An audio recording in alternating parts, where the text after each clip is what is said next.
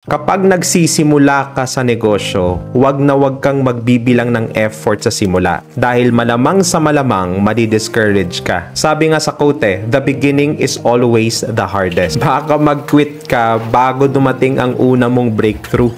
Plan, apply, assess, and adjust hanggang makuha mo ang tamang timpla ng proseso at sistema ng iyong negosyo. Gusto mo talagang yumaman. Ang pagyaman ng isang tao ay nag-uumpisa kung paano siya mag-isip. It all starts with having the right money mindset. Like for example, maraming nagsabi, hindi ako makapag-umpisa ng negosyo dahil wala akong pera. Diba? Walang punan. Sa totoo lang, kahit bigyan mo ng 1 milyon sa taong walang kapera-pera, bigyan mo ng 1 milyon. Let's say isang beggar, di ba? Isang namumulubi. May 1 milyon siya, pero balikan mo siya after 1 year. Ano sa tanggalin mo ang kayamanan ng isang bilyonaryo dito.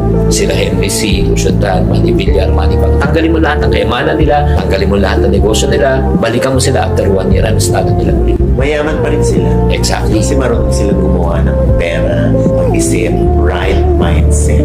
Sa tama yung pananaw mo, di ba? Pero kung mali ang pananaw mo, that's where you start. Number 2, kailangan magkaroon ka ng number 2 is multiple sources of income. Yan ang parating sinasabi ko. Hindi pwedeng iisa lang ang pagkakakitaan mo. Hindi pa ba sapat ang nangyari noong Marso ng pandemic? Kung iisa lang ang source ng income, nung tumigil ang dali, ano mangyayari sa'yo? Ang mali kasing connotation ng marami, when we say business, time freedom, financial freedom, na ang connotation ng marami pagdating sa business owners, may bagong sasakyan, may bahay, may maraming tinatangkilik na material na bagay sa mundo. Pero gusto kong ipakita sa inyo ang tunay na mukha ng pagiging negosyante. Iiyak ka dyan. Kung dati kumikita ka sa pagiging OFW na 50 mil, maaaring yung unang business venture mo, yung lahat ng ipon mo side-side, magkakautang ka pa, yun ang mangyayari sa'yo. Magsasakripisyo ka dyan.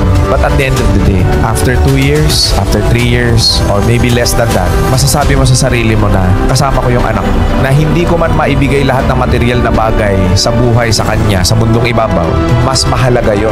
Correct, boss. And there will come a time na mamamaster mo yung proseso na masasabi mo sa sarili mo na lahat ng mga nakikita mo ng mata mo, lahat ng naabot mo sa buhay, lahat ng laman ng bank account mo dahil sa naging journey mo sa pagiging negosyante. Because data and record will show us na the only platform for you to become very successful financially is business.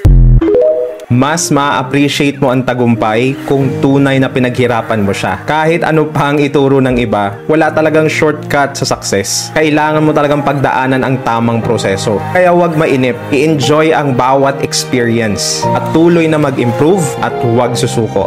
Drop F. Nauna man silang umasenso, hindi ibig sabihin na sila lang ang aasenso. May timing ang Panginoon sa bawat isa sa atin. Basta't hindi ka tamad, araw-araw kang lumalaban, hindi pwedeng hindi ka umangat sa buhay. Naniniwala ako sa'yo.